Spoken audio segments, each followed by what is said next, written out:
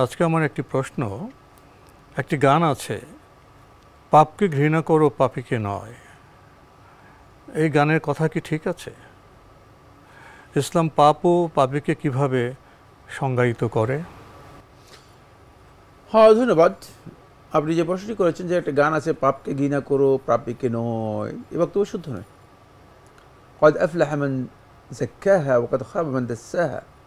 আল্লাহ সুবহানাহু ওয়া তাআলা কোরআন কারীমে সূরাতুশ শামসের 9 এবং 10 নম্বর আয়াতের মধ্যে ইরশাদ করেন, কদ আফলাহা, সেই সফলতা লাভ করলো, মান যাক্কাহা, যে নিজের সত্তাকে অথবা নিজের নফসকে যে ব্যক্তি পবিত্র করতে পারল।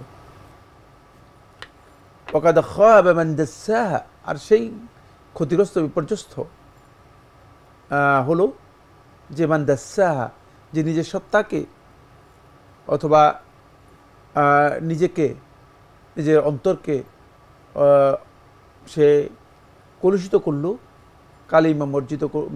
কালিমা যুক্ত করলো অথবা পাপাচারে লিপ্ত হলো। পাপাচার ব্যক্তির সত্তাকে এখানে দেখা যাচ্ছে যে ক্ষতিগ্রস্ত করে, বিপর্যস্ত করে। সুতরাং পাপ যেমনিভাবে ঘৃণিত, পাপের সাথে যে ব্যক্তি যুক্ত হয়ে যাবে, পাপী হিসেবে সেই ব্যক্তিও ঘৃণার, যতটুকু পাপ রয়েছে ততটুকু ঘৃণার হকদার, ততটুকু তাকে ঘৃণা করতে হবে। তাকে তার সত্তাকে সে ক্ষতিগ্রস্ত করেছে, তার অন্তরকে সে ক্ষতিগ্রস্ত করেছে, তার ব্যক্তিকে সে ক্ষতিগ্রস্ত করেছে, ব্যক্তিত্বকে নষ্ট করেছে। তাই একজন চোরকে দেখলে কোনো মানুষ তার প্রতি ভালো দৃষ্টি দিতে পারবে না, কারণ সে জানে যে লোকটা চোর।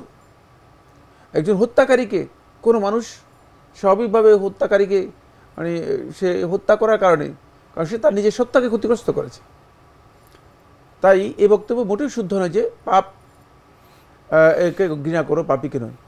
কারণ আপনি যদি, যিনি পাপী, যিনি পাপাচারের মধ্যে লিপ্ত হয়ে গিয়েছেন, পাপাচারে ডুবে গিয়েছেন, তিনি এই পাপাচারে ডুবে যাওয়ার কারণে নিজের সত্তাকে কলুষিত করে দিয়েছেন। তার সত্তা কলুষিত হওয়ার কারণে শুধু তাই নয়, হাদিসের মধ্যে এসেছে, রাসূলুল্লাহ সাল্লাল্লাহু আলাইহি ওয়াসাল্লাম ইরশাদ করেছেন যে আল্লাহর এই মাখলুকাতের মধ্যে, সৃষ্টি জগতের প্রাণী জগৎ পর্যন্ত এই পাপাচারীর জন্য, পাপাচারীর উপর আল্লাহ তাআলা লানত করে থাকে। কারণ তার কারণে বিপর্যয়, আল্লাহর পক্ষ থেকে আযাব এবং শাস্তি, এবং শাস্তির সতর্ক সংকেত এগুলো অবতীর্ণ হয়, আযাব অবতীর্ণ হয়। এজন্য গোটা প্রাণী জগৎ তারাও পর্যন্ত তার প্রতি আল্লাহ রাব্বুল আলামিন লানত করে থাকেন। সুতরাং যদি এমনটি হয়ে থাকে, তাহলে ওই পাপাচারী ব্যক্তি অবশ্যই ঘৃণিত হবে পাপের কারণে। এই জন্য নয় যে সে মানুষ হিসেবে ঘৃণিত হচ্ছে পাপাচারী হওয়ার কারণে। ফলে আপনি যে গানের কথা বলেছেন, এই গানের বক্তব্য মোটেও সঠিক নয়।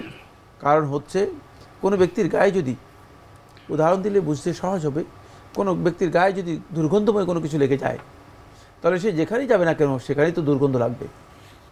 সে যদি ভালো জায়গাতেও যায় তাহলেও তাকে দুর্গন্ধময় মনে হবে। পাপ দুর্গন্ধময় বস্তুর চেয়েও জঘন্য এবং খারাপ।